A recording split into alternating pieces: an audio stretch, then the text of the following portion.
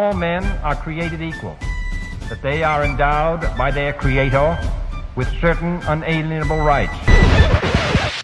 Life, liberty, and the If liberty means anything at all, it means the right to tell people what they do not want to hear.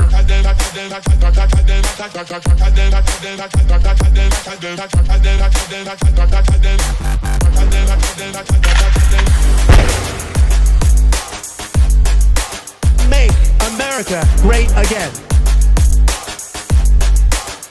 The Big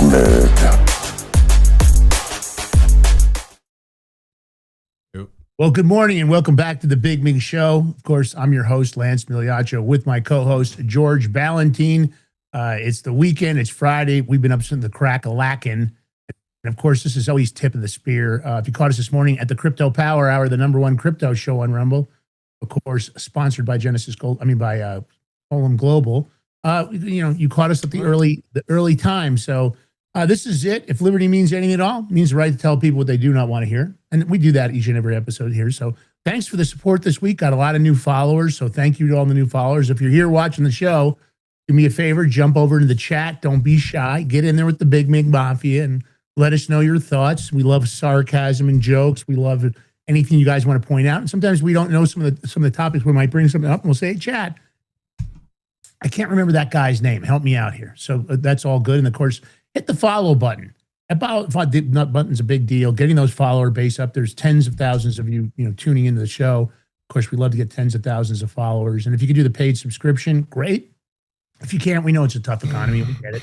But it's only $5 a month, and it's a great way to say thanks, Lance and George. We love the show. We look forward to it. Rumble Rant tips, as always, are greatly appreciated. $1, $5, $10, $20, whatever you can do. And don't forget Rumble's premium with Rumble with Perplexity. If you're paying for Perplexity, you might as well cancel that subscription and come over here and pay for the Rumble subscription because you can get Rumble and Perplexity together at a better deal. So it's a good deal. It's a great way to tell Rumble thanks for being a true free speech platform. All right. Well, George, how are you, man? What's going on, bro? I know you got a busy weekend planned ahead of you, but what's up? I do not have a busy weekend planned ahead of me. I thought you told me you had to work. I got today. I just got to get it done. After that, I thought you had to work all weekend. No, they're busy to what they're doing and stuff. Yeah. My weekend consists of doing what I usually do every weekend. Nothing. Sad. Yeah, I know it's sad. It's sad right now, but it's true, huh? You're not doing anything for Memorial Day or anything? I'm not either. So I'll be working on our stuff. It's gonna rain tomorrow and Sunday, so that's gonna screw the weekend up. Plus, you go down the shore, the beach, whatever. But by me, it's so crowded. I won't even go down there. Yeah. Nope. Yeah, the Jersey Shore is crowded. There's no doubt about it. But it is fun down there. I ain't dealing with all the. Plus, it's like all the kids at proms. They're all down there too. So I'm not dealing with them freaking kids. That prom thing's gotten really weird, man. The whole flashing cash, with the trying to rent, high dollar cars. It used to be when we were kids, everybody wanted to chip in on a limo, so they could ride in the limo. Now it seems like they all want to. They still do that. I seen limos around. Do they? Yeah. I mean, listen. Hold on. Time out. Yeah. You're talking about different cultures now. And you know what? People ain't going to say this, but I'll say it. You'll see it like you see all these teens doing all these takeovers and stuff. They're all black kids. Unfortunately, I'm not prejudiced, but they're black kids.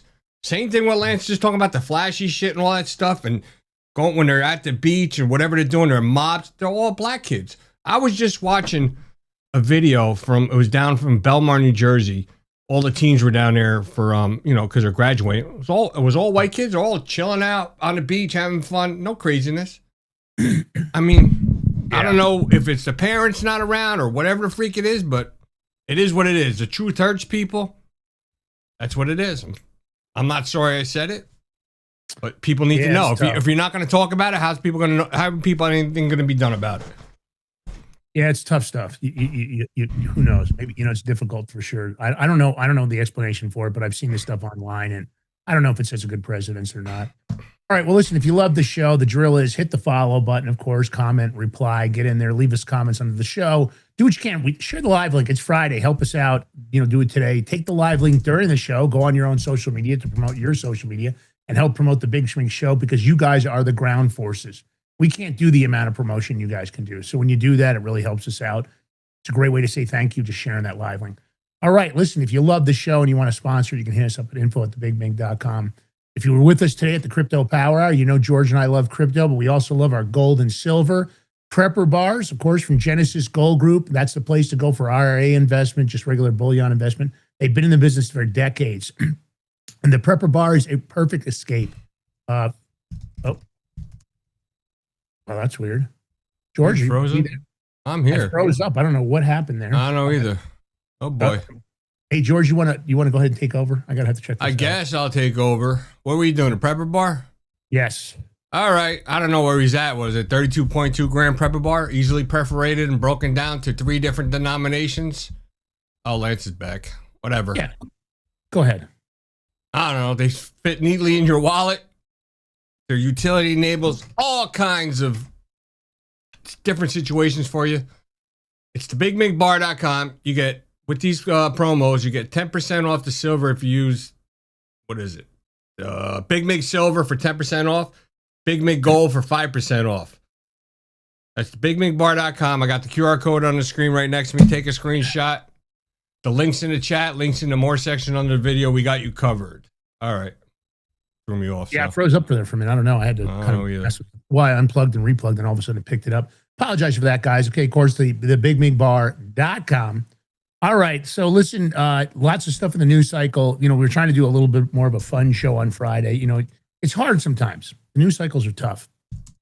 We put on the good guests. We do the rest of that. But the truth of the matter, it's complicated because at the end of the day, it sometimes gets too serious. You know, it's a lot of serious stuff and it's hard not to be serious. So today I thought we covered a lot of different stuff. Of course, we're going to have our normal political vibe, but we got all our other topics, got some good stuff here. And we've got a new reveal on George's new logo on the thumbnail. Kyle Busch, sorry to say, NASCAR legend, dead at 41. But we've also got the George reveal, man. His new logo. Well, he's got him in here there in a NASCAR jacket, and there he is. So you know, we're always working on stuff, trying to upgrade and whatever. But this is an interesting story, man. Kyle Busch, of course, the Bushes, you know, legends of NASCAR.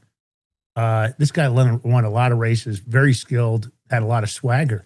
41 years old, and basically, he's a 2-time Cup Series champion. He won more races than anyone across NASCAR's 3 national series, and they're not really talking about what happened to him, why he died. They say he was a future Hall of Famer for NASCAR. You know, definitely a rare talent. Started racing when he was very young, and a lot of people, you know, they say he was a once in a generation driver, fierce, you know, passionate. I don't know if he's a once in a generation driver, but okay. Well, I got to tell you, that's what NASCAR believes about him because, of course, he won so many races. Yeah, he's a great. He would definitely be in the Hall of Fame too. Yeah, so it's pretty crazy. But here, you know, he won, and here's where it gets weird. Here's the strange part about this story. This is a very healthy guy. You know, the NASCAR guys stay in pretty good shape. It's not the older NASCAR guys were drinkers and craziness. These guys are serious. They get seriously athletic. You've seen it. You've seen it with even the Formula guys, the NASCAR guys.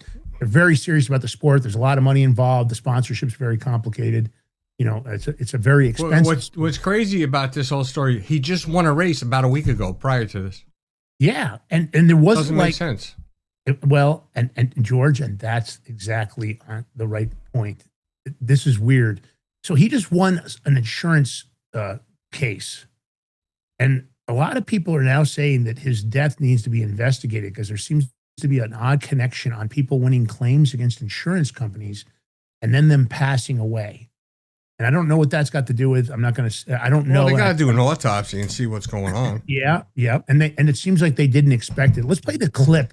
Well, you can hear the Bushes. Hearts and prayers go out to the Busch family and NASCAR family.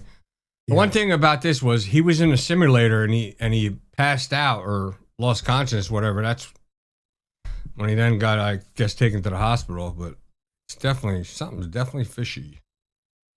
Yeah, because you could do, these guys, you're just talking about health. They do their races. They all get checked out health wise, make sure they can finish these races because those races are long. Sitting in that car and those simulators are serious now. I mean, they simulate the G-force and everything else. It doesn't matter whether it's a Formula simulator, a NASCAR simulator. These are serious pieces of equipment that cost millions and millions of dollars that simulate the actual stress of being a driver. These drivers are high that's stress. Regardless. He just won a race about a week prior to that. I mean, I know. Yeah. All right, let's play the clip. Here we are in New York City. Samantha and I are at one of the major news stations here in New York City. And as many of you may have seen, we have a press release out that we are in litigation with Pacific Life in regards to IUL policies and insurance policies that are also retirement policies for planning for our future. And unfortunately, ours did not go well. Yeah, as you'll hear when this broadcast comes out, it was a major scam. We tried to do what we thought was best for our family, for Brexton and Lennox. We were trying to be financially responsible for them and plan for our future. And little did we know that by investing money in this scam, it's all gone.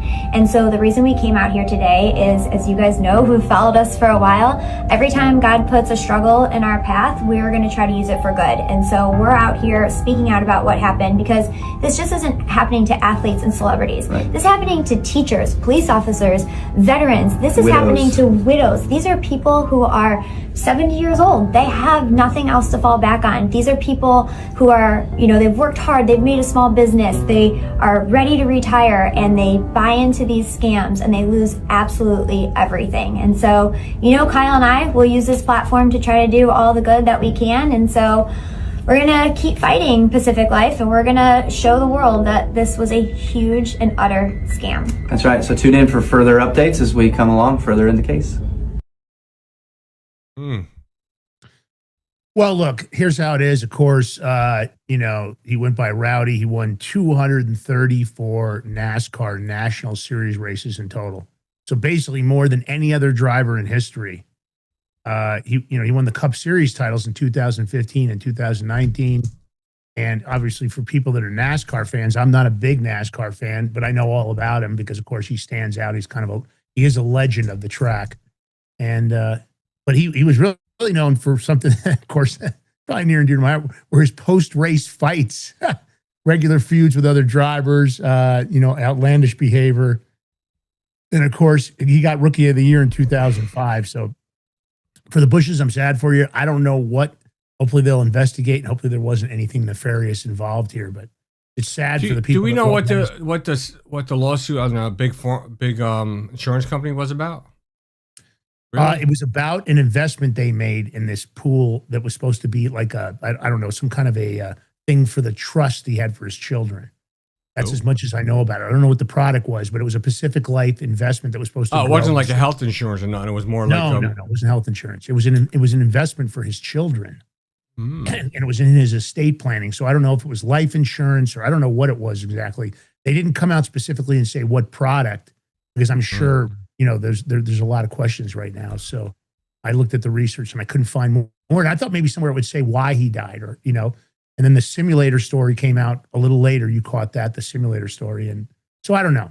It's interesting. It's one of those things things that make you go, 41 years old and from what everybody knew, in great shape, So, all right. George, you got a big story here, man. This is kind of crazy, right?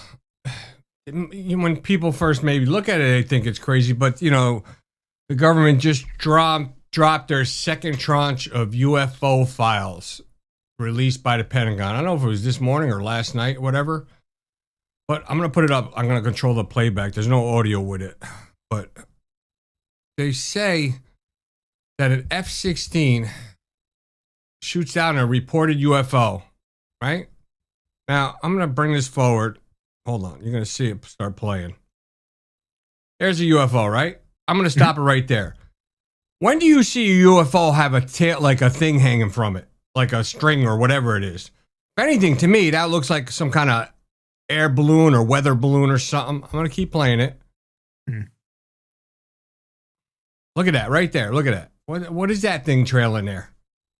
I don't know. And then boom. I mean, every UFO thing you've seen, you'd see them things going shoot, shoot, shoot, shoot, right? This thing is just like floating in air, like not doing any turns or crazy stuff. Look, there it is. Look, come on. I'm not buying that shit. I don't know what the government's trying to put on us. A UFO and a think UFO we're is stupid or basically something. that's unidentified. I don't know that it necessarily means extraterrestrial every time, and that's one of the even so, come on, you tell me you no, can't. but I'm agreeing with you. What I'm saying is a UFO does not necessarily mean that it came from another, that it's some kind of a strange. It's just an aircraft that they don't know what it is allegedly because it's not identifying itself. It's not supposed to be there. It's not on the flight record. It's not on the flight pass. It's not got a black box communicating. So it doesn't necessarily mean, in my opinion, that every one of these things is extraterrestrial, that it's some kind of an unknown vehicle. But it's just interesting, the amount of information that's coming out. A lot of odd stuff. Hold on a second. I don't know whether we'll really get the real dump. Dr. Michael Schwartz being slick. We covered that on our show, George. You would know if you watched us. Well, Doc Schwartz. Hold on, Mike. You sure you want to go that route with me, bro? I don't know. I'm just saying. Breakfast next time we have breakfast might not go your way. I'm just letting you know. Well, Mike, if you're not busy, you can still join us. It is Friday. Fuck that. He ain't coming. You can log into Zoom. You've got the link. Mike, if you're not busy, come on in. You want to come on, Mike? Let me know. I'll get you ready to go. Yeah, let's roll, buddy. Don't be a pussy. Get in here. If you got it, you got to put up something to say. Get on the fucking show and say something, Mike. Let's go, buddy. Yeah, if you got the info, if you got the intel, buddy, if you got the DL, let's do it. And I don't know, what is he talking about? Is he talking about the NASCAR driver or the UFO? I don't know. He's got the scoop. Let's get him in here.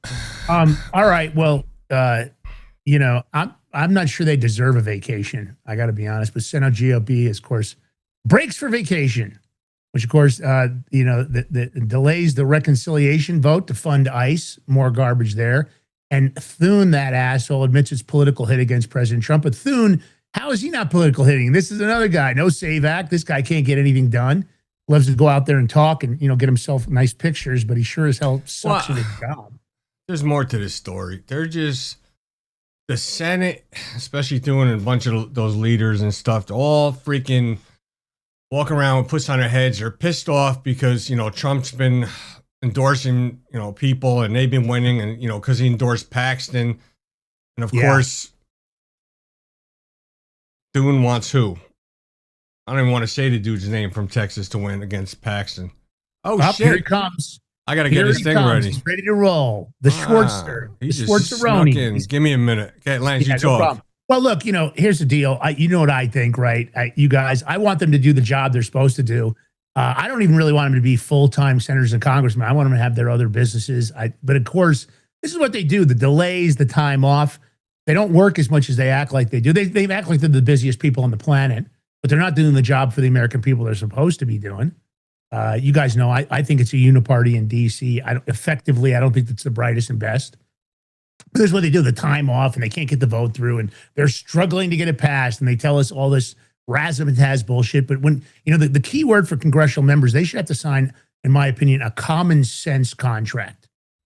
And we should give them a common sense test. And if they can't pass the common sense test, then they should get removed because they suck. These guys are just awful. So I don't know. They're going to be on recess until June. It's interesting, isn't it? More time off. So right now they leave now and they go on recess until June. Wow, that's nice. Well, nice. I'm gonna bring Mike in. Welcome to the Big Show, Mike. You challenged me live on air. Of course I did. Yeah, we have to. I know how to stroke your ego, bro. It's easy. I always look so funny on this. If you got to put up, then it's either put up or shut up. So, Mike, fill us in. You seem to have the scoop. Hold on.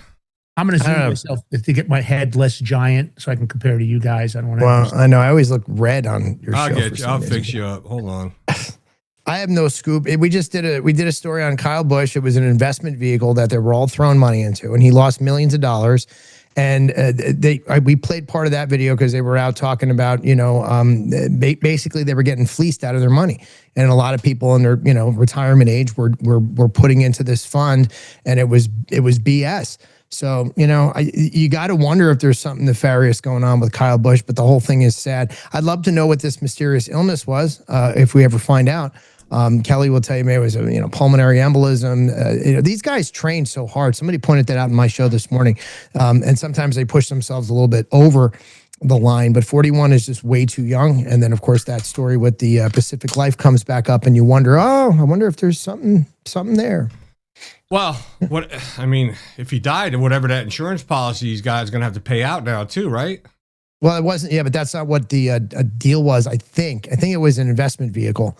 I don't know if it was an investment vehicle. It was not life insurance, and it was a big firm, right? It was Pacific Life, Mike. Is that right? I think so. Yeah, we did it. We did it a while ago. We did it a couple months ago, I think, when they were talking about it, because we do these weird, wacky stories at the night, in the night show once in a while, just kind of let people know what's going on. And I remember covering that. But other than that, I don't know much about Kyle Busch. I'm not a NASCAR guy, so when I hear it, I just go, oh, okay, And then everybody was talking about the jab. Robbie in my chat, who's now in your chat, was just asking about that. And we always tell you, what we saw from the COVID shots was that it inflames areas of instability. So it could have been a joint issue that, you would have it at 70. It's now coming out at 40. A heart issue that would, you would normally have at 50. It's now coming out at 20. That's the kind of things we were seeing with the shots, is exacerbation of dormant or, genetic issues that were going to come out anyway.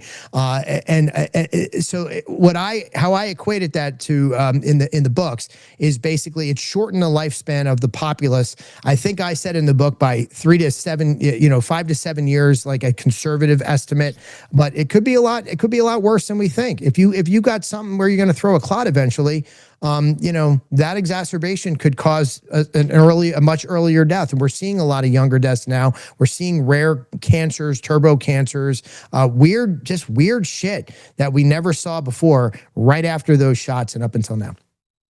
Yeah. I have a doctor friend that's been talking about that with other doctors around the country with the turbo cancer.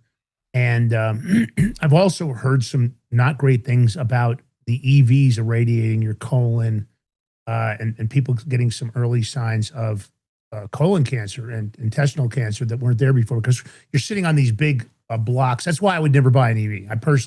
I'm not an EV guy. I understand the logic behind it. I think that hydrogen fuel cells are a much better choice. Of course, that hasn't gone mainstream. I think it's a better option. I don't know if they'll completely get it refined where it's perfect. There are some vehicles that are working on it, and they seem to have functioning vehicles, but whether they can get the distance eventually, because hydrogen fuel cell is a big thing. You saw, Donald Trump made a major investment through the True Social Group into hydrogen fuel cell, but I think he's going to use that to power the Bitcoin mining operations. I think that's why they're doing that. I think there's a lot going on. But the athletic part of NASCAR, as technology's advanced, the speeds have advanced. Of course, you're pulling more G's. It's harder on the body. And you're right, these guys are serious athletes. They get conditioned away. And whether it's NASCAR or whether you're talking about Formula, yeah, I didn't really realize, but I watched some documentaries on it. And then that's kind of how I got it, because I'm not a race car guy, even though I've attended some of the Formula races at some of the big locations around the world years ago, because they're big, they're fun. When Formula comes into like Monaco, the Grand Prix and that, if you've ever been to one and you get down to some of the VIP pits, it's pretty cool. But, but it's interesting. And that, some of this insurance stuff, I can't help but have thoughts about it, because if it is Pacific Life, it seemed like that's what they said in that story. You wouldn't think that when you hear that name, you don't think that would be a group that would scam you out of millions of dollars. I don't think Kyle Busch and his wife lied about it. They were building, it had something to do with a trust for their children, is my understanding. Hopefully I have that right. Don't quote me on that. But first of all, thanks for everybody that's joining us from the Mike Schwartz Show, everybody that's in the chat. I know this is a late pull-in for Mike. I didn't know he was coming, but I'm happy he's here, because I love doing these Fridays with George and Mike. We have a lot of fun. All right, let's move on here. George is annoyed at me already. You want to play the clip? So George is annoyed at me already. I'm not annoyed. Would you know? I have fun with you. I like when you're here. All right. I don't got to deal with Lance as much. I was just watching in the background. You want to be called out. This isn't a show where we don't want the chat or anybody else, whether it's Mike Schwartz or anybody else, because not only can we make mistakes, we may not have 100% of the knowledge, and stories are breaking constantly and they're getting updated. There could be some last minute Lance. Relax, bro. Take a deep breath. Play the clip. No, let's go back to the story real quick, because also these senators, I don't know, they're all up in arms about this fund that Trump got, because instead of getting an IRS settlement, he took a fund to give out to people that were under political prosecution from Biden. And everybody's questioning anybody in the admin. Well, are J6s who assaulted cops, are they going to get any money from the fund?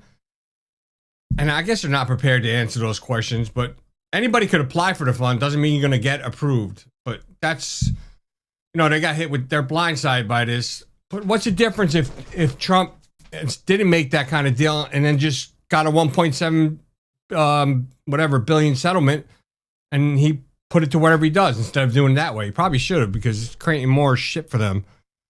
But this is how our GOP. I'm going to apply. I mean, I got subpoenaed after my books came out because they were just, dicking around and looking for stuff. And I had to hire lawyers. You know that. I came on your show the first time I met you guys. I was talking about that. And it was a year plus a nightmare for us, wondering, like, what are they trying to do? Are you trying to, because you don't know. The Biden administration was going after anybody who was pro-Trump. And then, all of a sudden I write a book, and 2 months later I start doing national TV. I'm on Fox, I'm on Newsmax, I'm on OAN, Salem TV, and all of a sudden I get a subpoena. So my attorney goes, this is ridiculous. He's reading it. He's like, none of this applies to you. He's like, what are they looking for? But the way they do it, and Lance, you'll understand this, they do it under a civil statute. And what they call it is a civil investigative demand, so that they could literally ask for anything. It's not criminal. When it's civil, they can get phone records, bank records. They can look at your text messages. That's a very sophisticated way to get access to stuff they couldn't normally get to. You're right. Yep. That is one of their systems. And that's how they do it. And then it starts civil, and then they move it into criminal. They hope they scrape through stuff and hope that somehow you've done something. Oh, look at this, we got him. And that's the way they get additional access, because that subpoena operates differently. So, let's go. There's no doubt. Here we go. But you got harmed. I mean, you really did. The difficult part is all the people who got harmed, and how do you link to how much you got harmed? How do George and I put a value on the fact that we got suspended on X, that we got suspended on YouTube? How do you put a value? How much? Just make up a number like everybody else does. Like everybody just makes numbers up. Doesn't mean you're going to get it.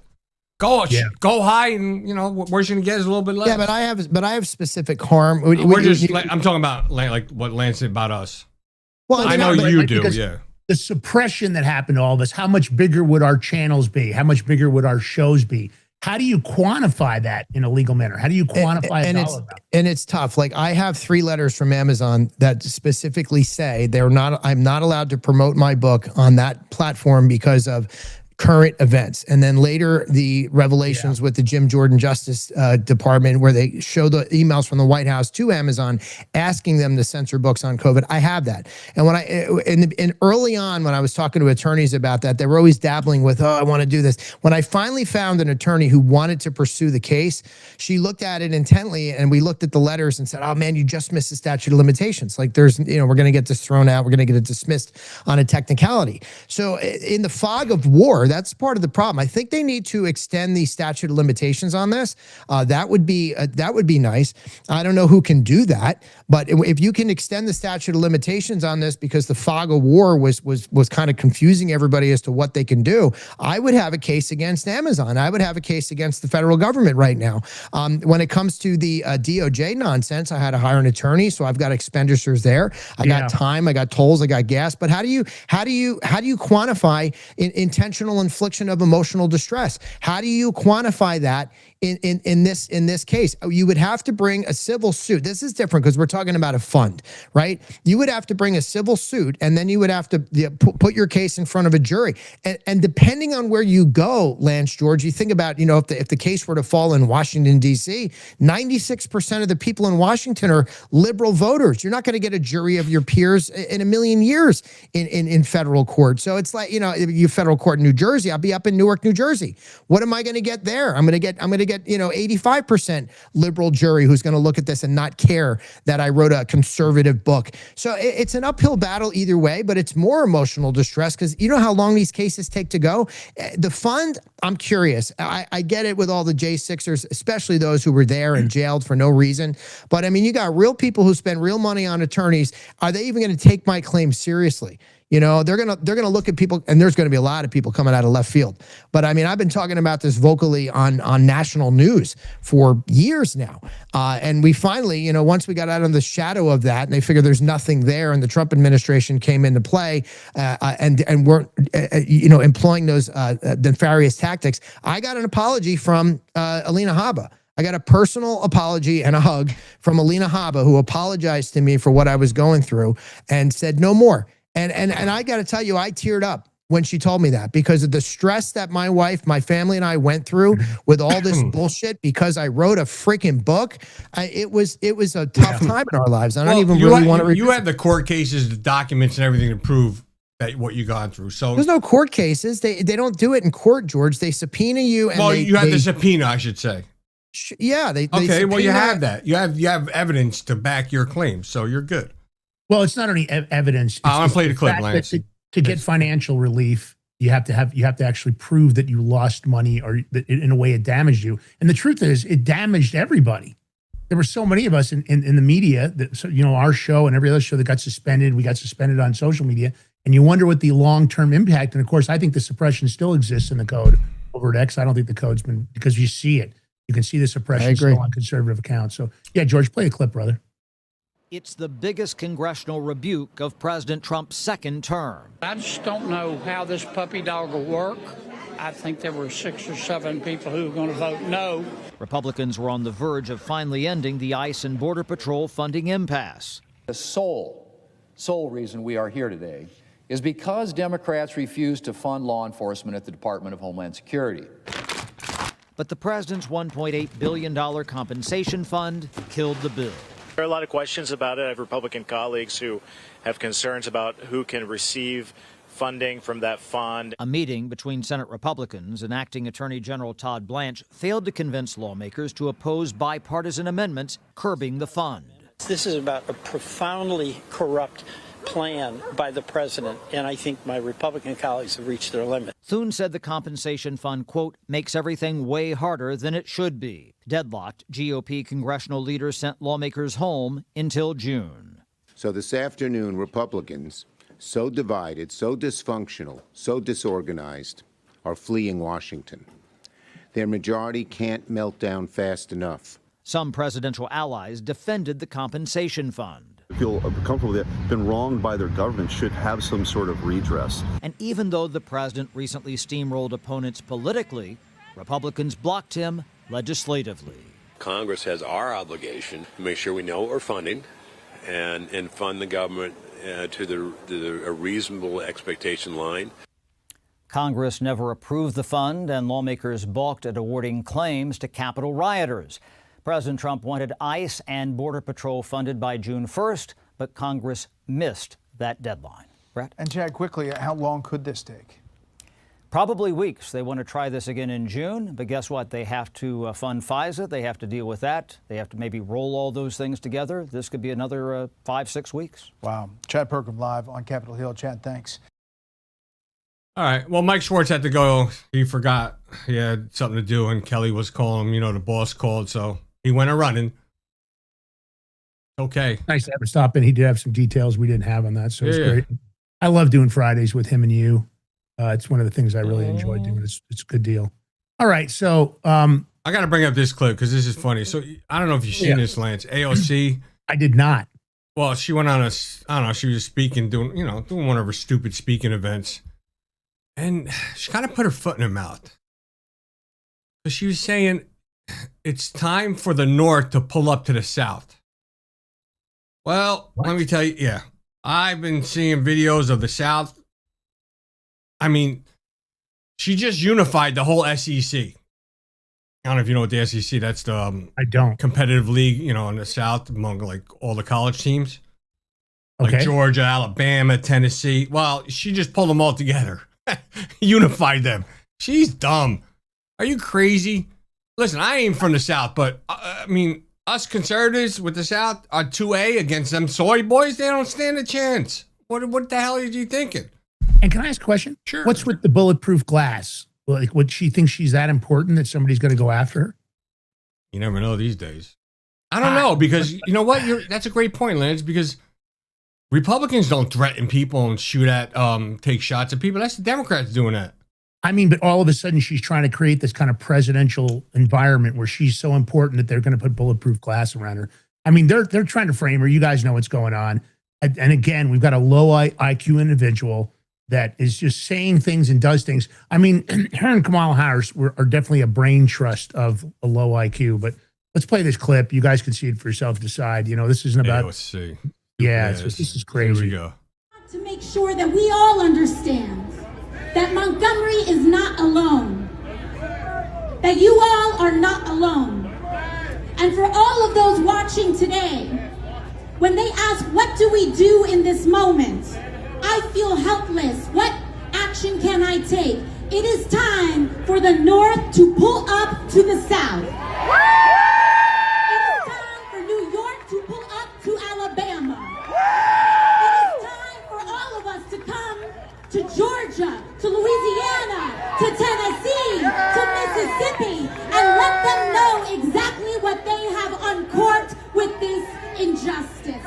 They think they can draw us out of power. They do not know the sleeping giant that they just awakened. Yeah. Well, you see the theme, guys. Her branding for her, why they push her forward with the bulletproof glass. It's about us. When has AOC ever been about us? She's never been about us. It's always been about one-sided, divisional rhetoric. It's never been about us. But that's their framing. That I guarantee you, that's going to be they're already trying to brand her because, of course, they could. She's easy to manipulate. She's a puppet. She's the worst of the worst in Congress. So this is what it is. All right. Well, and this is interesting, and I almost wonder if this isn't linked a lot to the illegal immigration. So gonorrhea and syphilis have hit new record levels in Europe. So I guess these sexually transmitted infections, it's blowing up over there. So they've reached their highest level in over 10 years. And that was in 24. So gonorrhea, 106,331 cases. That's a 303% increase since 2015. And while syphilis more than doubled in the same period, 45,557 cases. So I guess they said the widening gaps in testing and prevention were partly behind the surge in transmission. And I'm wondering if it's the immigration, because, of course, there's a higher segment of STDs and sexually transmitted diseases in the immigrants. And, of course, Europe's been under attack. The invasion's been wide. You see it on camera. Those people they don't seem to pay as much attention to this. So because they're saying that there's congenital syphilis cases where these infections horribly are being passed directly to newborns. So these newborns are going to deal with lifelong complications, and that's nearly doubled from 23 to 24. I don't know what the 25 and 26 numbers. So, Spain had the highest number of confirmed gonorrhea and syphilis cases of the participating European countries. And of course, you've seen their immigration. Do we know, are these from citizens or are they from immigrants that came there? George, that is a great question. It is, right? Yeah, I know, it's a fantastic question. But no, they didn't seem to separate it, which I would expect, because if they said, oh, this is 80% in the immigrant communities, or it's being passed from the immigrant communities to the local community, no, they didn't. But I wouldn't be surprised if we did have that number, that it would lean that way, because, of course, the way that the legal immigrants deal with protecting themselves is quite a bit different than people that are more educated. Because I don't believe when you see people coming in from Northern Africa and other locations, that's always been a problem in the African nations. There's definitely a lot of sexually transmitted diseases, including AIDS, as you guys know. All right, but we've got a new sponsor, and they brought us this story. So this is a new word from our story sponsor. We've got a commercial. I want to play it for you guys. Magnum, the choice of Lance Migliaccio, when being big is no longer a problem.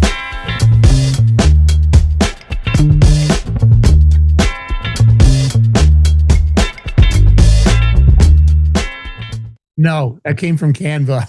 It's commercially licensed. Oh. Anyway, of course, I'm still having a lot of fun with AI. Don't worry, I'll have some stuff for George here in the near term. I'm afraid. I'm afraid. Thank our sponsor, Magnum from Trojan. It's a good thing that I have to put the clips up and have to approve it. I mean, because if you're going to make something with me in it, that'll be something I'm going to like, Lance. I'm just saying.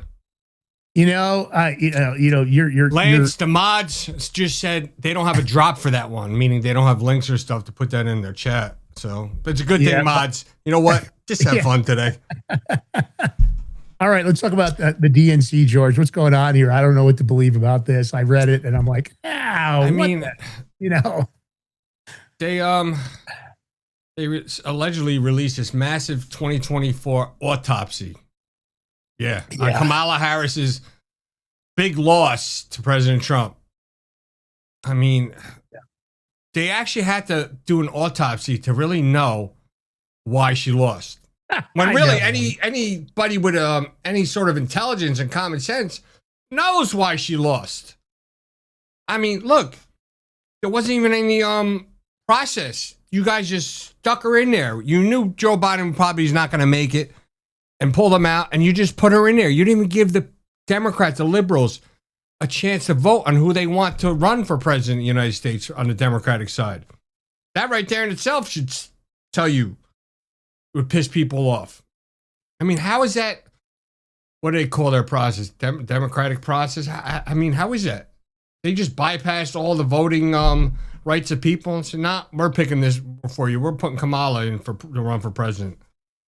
Well, look at the highlights and think about what the objectives were here. And then, of course, think about Harris. She was a horrible VP. She was not bright. She made a lot of gaffes when she was speaking publicly. What'd you say? Word salad. Word salad. So she's saying that Trump's they-them attacks on Harris were highly effective. Well, she's not saying that. The report, the people that did the report, which it was very effective, though. But again, I've got to make a point. Think about this is their reasoning. They-them. Of course, we know that that's this ridiculous additional pronoun thing that they got propelled in our education system. Of course, we got the worst numbers in our school testing since 2009. They, them, that fabricated stuff. And that's going to be the reason they think it was effective. It's just because, Donald Trump brought out common sense. It's stupid. I don't want a bunch of additional pronouns. I don't need a bunch of new titles for people. I think it's ridiculous. And they said the Biden team failed to prepare Harris. I don't know. How do you prepare somebody that has a low IQ? I don't think it's possible. And they said Democrats lost ground since Obama era due to stagnation. No, they're incredibly active, incredibly unified. It's just that their messaging is garbage and their divisional rhetoric is garbage because it's not good for the American people. Failure to invest in state and local parties and ability to project strength. They spent billions of dollars. How do you think they failed to invest? She spent billions of dollars. She booked celebrities. She was supposedly in debt. They made a deal to straighten out her debt afterwards. She got that stupid, ridiculous book deal. Nobody's going to buy that book. And they said the Democrats failed to effectively define or attack Trump. Are you kidding me? They attacked Trump on every turn. That was their whole campaign, was attacking Trump. So when you look at the stuff from the DNC and you think about what their strategies are, it's crazy. Let's play this clip, George. Okay. The DNC finally releasing its autopsy report on the 2024 presidential election. DNC Chair Ken Martin writing, I am not proud of this product. It does not meet my standards, and it won't meet your standards. I don't endorse what's in this report or what's left out of it. Shannon Bream is the anchor of Fox News Sunday. She joins us now. So this just happened. Why do you think he thinks that it does? Well, do you know why it doesn't meet his standards or why he thinks people will be disappointed? Well, we're going through what CNN says is this report. We haven't verified it independently, but it's got all kinds of notations on it that are apparently the DNC's objections or questions that it had. And Ken Martin says he initially didn't release this after he had commissioned it because there wasn't source material. They felt there were issues with it and they wanted to see more, pull more together before they'd release it. And then he said after we had some success in these special elections and other things, I didn't want to release it because I thought it would be a distraction. Then I realized it was a distraction not releasing it. So CNN says it's gotten its hands on this thing and what they're purporting that it is. It talks about a lot of different things in here. They say Democrats have lost ground at every level from inconsistent messaging and improper planning. They talk about funding and not equipping their state parties. And, the document I'm looking at goes on a deep dive through a number of state races, down to the attorney general level and looking at where things matched and didn't match with messaging and voting. And they said, in some of these cases that you couldn't just have a message that we're anti-Trump. We hate President Trump or he's not good for us. He's not good for the country. You have to have your own independent messaging. So it's nearly 200 pages. We're starting to dig through it and would like to independently verify it ourselves as well. There's going to be a lot of reaction. David Axelrod's already out there. He called this a needless waste of time, given the current challenges Democrats face. I think Ken Martin kind of put his finger on it. By not releasing, he drew a lot more attention to it, Shannon. Yeah. All right, George, you got some big news here. It's good news. I want to see more of this, but let's jump right in. I'd like to see some consequences because this is a story been coming out this week. It's not getting really a lot of attention, but it should be. And Jim Jordan's exposing the January 6 human sources that may have been paid by the Southern Poverty Law Center. Okay, that's fine. But the FBI had how many informants? I think they said in there, like at least 21 confidential informants in the J6 crowd. Were some of them the ones breaking the windows, opening the doors? I mean, 26 confidential informants. But when they asked about the fund and are you going to pay J6 who hit a cop, but they don't want to talk about this though. They just want to talk about that. I mean, look. I mean, they hit a cop. They shouldn't be hitting any police unless you got to defend yourself against some crazy shit. But the whole thing got out of hand. It's crazy. But 26. You know what? I want to know more about how much the FBI knew and how much they were contributing and played a big role in it and doing to help set this up, along with Nancy Pelosi. Exactly. Her daughter just happened to be there filming. How many people plotted and planned this? The point of the matter, when you start thinking about this would be, conspiracy against American citizens, because they didn't want a calm crowd. They wanted to agitate the crowd. That's why they used lethal munitions. But by having all that federal law enforcement there, how much of it was there to protect, right? And to do what they're supposed to do, observe and protect. And how many of it was there to intentionally try to cause this interaction? When they unlocked those magnetic doors, when that one guy that I believe was a police officer broke out that window, because he had himself covered up. He didn't identify himself. There was some violence in front of the window because the guy said, because a bunch of people were trying to stop him. And he started fighting with people because he wasn't going to be stopped. I think there's a lot of this. It needs to be fully disclosed. And they all need to be criminally charged, the more that participated. And if you look at their behavior, if it was intentional, then I think that's conspiracy and treasonous conspiracy against American citizens. So do you want to play the clip? Sure. To come, we also sent a subpoena yesterday for documents dealing with this fraud. They called these guys field sources. Here's a key question I have too. Were any of the guys they were paying, was the Biden Justice Department paying these same guys confidential human sources? We know 26 confidential human sources were at the Capitol on January 6th. 4 went in the Capitol. They weren't authorized to do so. I want to know if any of these guys were double dipping and taking money from the government and from the Southern Poverty Law Center. That's one of the things we want to find out. That would be another new chapter if true and if proven. Sir, thank you for your time. Instead of doing subpoenas and having more hearings, I'd rather that our esteemed politicians do some legislation. Because what are they going to do? They might expose something, but is there any ever consequences from when either side have hearings about fraud or corruption, this and that? Rarely do you ever see it. Rarely. So, how about legislating, bro? 100%. Can got we to get put that? laws on the books, and then you got to enforce those laws. It's not just enough to have them on the books. You got to follow through. So that's what I want to see. Because of course, government officials should be held to the same level of accountability that American citizens are. So if they were involved with an intentional plan and plot to create violence, to create disruption at the January 6th, they should be charged. We know now that there was over 250 federal agents that had infiltrated the crowd, and there might have been a bunch of others. There could be over 1,000. When are there going to be consequences against those agents and the people that conspired with them, whether it's Nancy Pelosi, Joe Biden, or others? All right, feeding the future, Minnesota. Of course, lots of exposure. Finally, we're starting to see some people get hammered. Of course, that was a $250 million scandal, a theft. The head of this, a woman named Amy Bach, who participated and, of course, benefited from the theft, 41 and a half years in federal prison. She just received a sentence. They just handed down that sentence on Thursday over her role in this massive scheme, which fraudulently billed you, the American taxpayer, it doesn't matter, Republican or Democrat, nonpartisan, for tens of millions of meals that were never provided to low-income children during the pandemic. This, of course, happened in Minnesota. You know about the Somalian community. It was involved in dozens of defendants that are Somalian that are involved. We know that they've benefited, taking out millions and millions of dollars of cash in briefcases and luggage, somehow approved and slid through the Minnesota airport.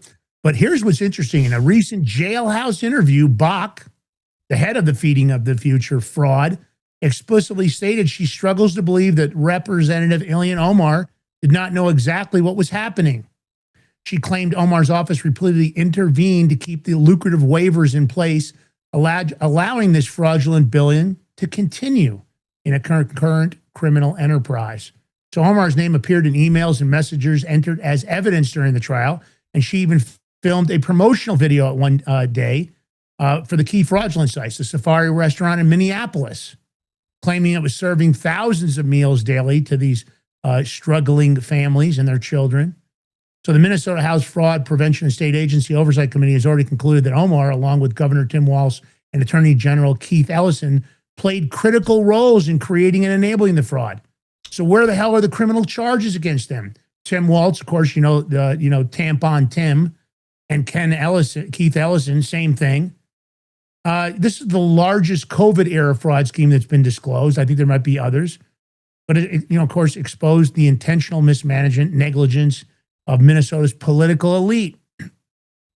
So they're saying that at least 3 leading Minnesota politicians, Governor Tim Walz, Attorney General Keith Ellison, and Representative Ilhan Omar, played critical roles. Wait, why are you saying COVID? This was like feeding the meals thing. Meals on. It's all part of the COVID-era fraud. Oh, this is during the pandemic? Okay, gotcha. Yeah. Right. And Representative Ilhan Omar played critical roles in creating and enabling the Feeding Our Future fraud scheme. Of course, their negligence, and this is a quote, and at times outright support for the fraudsters created a permission structure for future wrongdoers. The result was a climate where a fraud expanded exponentially, and Minnesotans will be paying the malfeasance for generations to come. Well, so, at least we're seeing some headway in Minnesota because the DOJ just indicted 15 more Minnesota fraudsters for that $90 million bust that they got. Yeah. Actually, one of them jumped out of a 4-story building, but ended up getting caught. Thank God. But I mean, all right, well, let's play this clip. But again, I want to see the people in power that clearly are part of it. Ilhan Omar, there's a lot of evidence against her. Not only that, but with her marrying her brother and stuff. So here's the thing. Why not remove her of committee assignments right now? And they should, while this is all going on, take her away from her committee assignments. Do something. We'll see. I want to see if anything ever comes up against Waltz or her. I'd be shocked, but I'm going to play the clip. Behind the Feeding Our Future fraud scheme, Amy Bach. She just got more than 41 years in prison. The prosecution is asking for a 50-year sentence and her defense about 3 years. So that's somewhere in the middle that they got that, but closer to what obviously the prosecution wanted. The scheme involved the theft of nearly $250 million in COVID funding. That money was meant to feed hungry children. State leaders claim they were unaware of the fraud. Here's what Amy Bach. So she's the only white person out of 80 or 90 individuals charged in that specific fraud, not other frauds. But she says she's the only one that doesn't speak the language, and she's speaking about the Somalian language. But again, if government officials were involved in the government and had knowledge, which these emails seem to indicate, that I don't understand why they're not being indicted. Because again, if there's proof that they were involved and had knowledge, because if they had knowledge, it's misprision of a felony at a minimum. If they had knowledge that it was going on, then they are part of the criminal enterprise.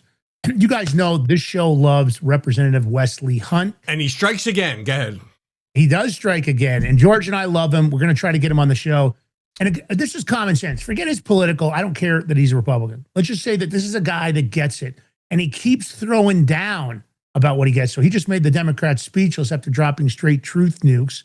He said, my own father, who grew up in a segregated South, had to walk around to the back of a restaurant just to order a sandwich because of the color of his skin. That was Jim Crow. And that is precisely why it is so offensive to compare that era of legalized discrimination and racial terror to showing a photo ID in a voting booth. Let's play the clip because this guy's dropping truth bombs, and he's right. And this was on May 20th, like 2 days ago he did this. My own father, who grew up in a segregated South, had to walk around to the back of a restaurant just to order a sandwich because of the color of his skin. That was Jim Crow. And that is precisely why it is so offensive to compare that era of legalized discrimination and racial terror to showing a photo ID in a voting booth. And it's just as offensive when groups and organizations like these manufacture faux hate and racial tension. Requiring identification to vote is not oppression. It is not segregation. It is not racism. It is a basic standard that applies equally to every single American citizen, regardless of what you look like. You need an ID to board a plane. You need an ID to cash a check. You need an ID to buy alcohol. You need an ID to enter these very federal buildings. And by the way, attaining an ID in this country is an extremely low bar. But somehow showing an ID to vote in America is now considered to be Jim Crow 2.0. This is not about civil rights. This is about political theater. And the Democrat Party survives on manufacturing grievance. I don't think anybody could have said it any better. That's No off doubt. to 'em. Common sense truth bombs, better for the American people. That's what we want. I think you guys want. I think we all just want truth. We all want a legitimate voting system. When you have to show ID for everything else, and he's the guy that brought out and said, what kind of dark magic is this? And he was kidding around about it. What am I, Houdini? Because he's talking about how he's got ID for his veteran service. He's got ID to buy, you have to have one to buy a gun. You have to use one to get on a plane. They use this because they've got to cause that divisional rhetoric. It's not racist for voter ID, claiming that somehow minorities aren't capable of getting ID, which is an insult in itself. Trying to allege that somehow that group doesn't have the ability to obtain an ID because of their intellect or their particular ability to get access. It's all garbage. All right, what is this daylight savings thing, man? Well, we're another step toward it. Hopefully, I don't know, but it just came out of committee in a 48-1 vote victory, calling it the Sunshine Protection Act, making daylight savings time permanent. We visited this before and it got, shot down. Because there's always either some few politicians that don't want to do it. Why they don't want to do it? I don't know. It's beyond me. But they say they're wasting hundreds of millions twice a year screwing with clocks and towers, cities and states. I don't know. It sucks. I hate it. There's some states that don't even do daylight savings time. I know Arizona, they don't change their time. They just go whatever the time what they have, and that's it. And they're attaching this to the highway bill. And it's now going to be heading to the House. All right. That's good. Once it goes, hopefully it passes the House, and it has to go to the Senate. And God forbid, I can just see it already with the Senate. Anything, all these sore senators, especially the GOP, because Mitch McConnell, even though he's on his way out, he's being a sore ass. Cassie, the other one who's lost, he's being another one. And a couple other ones jump on a bandwagon. They just want to, instead of really doing what the American people voted for and what we want, they're just going because they got their feelings hurt and they lost. It's crazy. Hopefully you get this passed. I hate the clock change. It's stupid. It served its purpose when they first did it. I forget what it was for. What, kids for school or some shit? I don't even know. I have never liked it. I find it throws off my whole, because you get your body clock on about when you rise in the morning, and then it gets transitioned, and it's like, I've never thought it was a good idea. I've never appreciated it. I've never wanted it. And I think the majority of the public feels the same way, because it throws off your internal clock, right? You light and dark, and you guys know how that works. Health-wise, it's awful for you, because then you have to reset again. You miss it. It takes you weeks to catch up. I don't know. I would love it to be gone forever. I don't want to deal with it. I don't want to adjust my clocks. I don't want to do any of that. But we do have some final good news. Stephen Colbert is finally gone. And listen, you guys, the beautiful Big Mac Mafia degenerates. The news we've all been waiting for. Stephen Colbert is gone. The Late Show's dead in the water. And the king of corporate cringe has packed up his smug little smirk. And, of course, crawled back to whatever, Columbia journalism circle jerk he came from. This guy, for years we've had to deal with him. I've always thought that show was awful. And then, of course, we've seen the clips.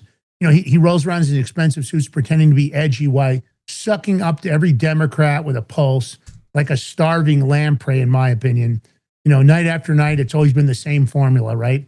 A monologue full of scripted gotchas with audience canned laughter, a bunch of blue-haired NPCs slapping, like a bunch of trained seals, in my opinion. Zero actual jokes, not funny, without a laugh track, wouldn't have gotten any jokes.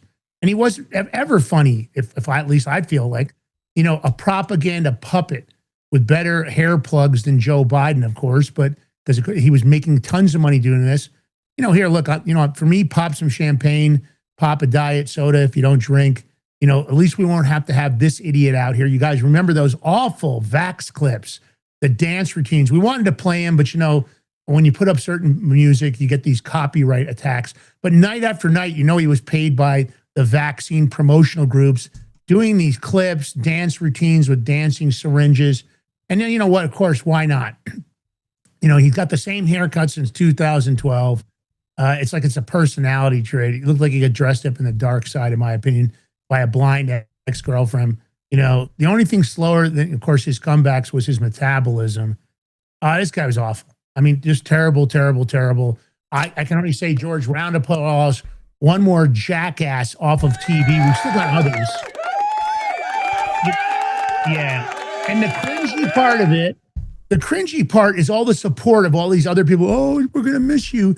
Jimmy Fallon, another one I'd love to see gone forever. I don't want to listen to any of these people anymore because this is what it is, right? Paid puppets trying to divide the country. And this show here, it's all about educating and unify. We've always been about that. All right, well, listen, George, comments on Stephen Colbert? You happy he's gone? I don't really watch him, pay attention, but he's just another idiot. I mean, they're all going to fall. Eventually they're going to fall because, I mean, what are they going to do when Trump's not president anymore? They're not going to have nothing to talk about. What are they going to do? That's all they talk about. Just like the Democrats. Every Democrat that's trying to win an election, all they want to talk about is stopping Trump, stopping Trump. Well, you're not going to be able to. So why don't you try saying what you want to try to do for your constituents instead? That whole stopping Trump, this and that's all played out. That's over with. It's done. But there's no originality with none of them, and you'll see it now with all these nighttime hosts. Stephen Colbert, who was the big host before him? That was what's his name?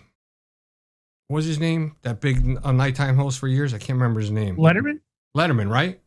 Yeah. That's who he took over for Letterman after that. Eventually, I can't remember if he was directly after Letterman. I thought he was an awful choice to begin with. I didn't find him funny. Letterman was funny, at least. This guy, but of course, when corporate gets involved, when government gets involved in our shows, they feel like they have to brand the message constantly. During this time, he was pushing out all that COVID rhetoric, and the point is, that's what happens. They get these big surges of capital coming in from all these different foundations, NGOs, and companies. I'd like to see the books on this. I'd like to know how much that show took in, or how much the network took in by these paid ads, by this BS promotion, because of course they want it's brainwashing.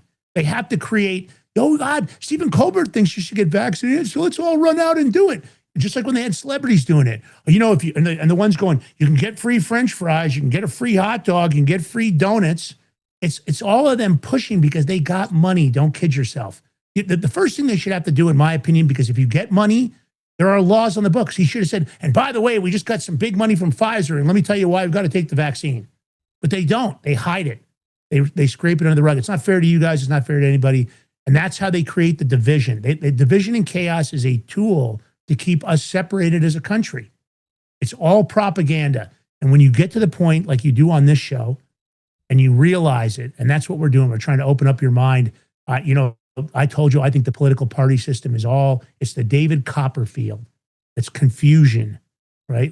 Again, we want the best choices in Washington, D.C. Listen, John Fetterman proves it. I think John Fetterman has some common sense, which I'm shocked about.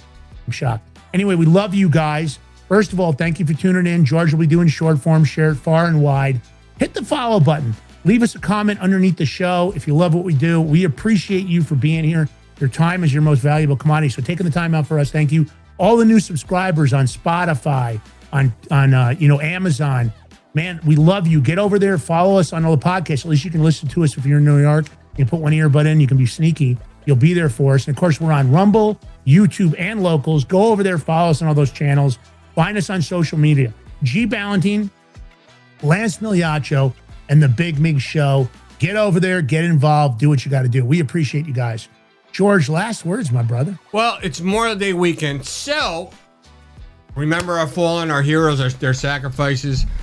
Have a blessed weekend. Go picnic, have fun if you can, but stay vigilant if you're going out somewhere, parades or anything like that, because them liberals, they are freaking crazy.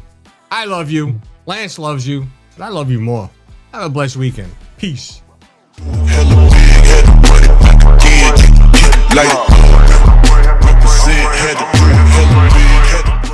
Are you ready to stand up for your community and support your local sheriff? Join the Constitutional Sheriffs and Peace Officers Association and become a vital member of the Sheriff's Citizens Posse. At CSPOA.org, we empower citizens like you through weekly webinars, arming you with the knowledge to back your constitutional county sheriff.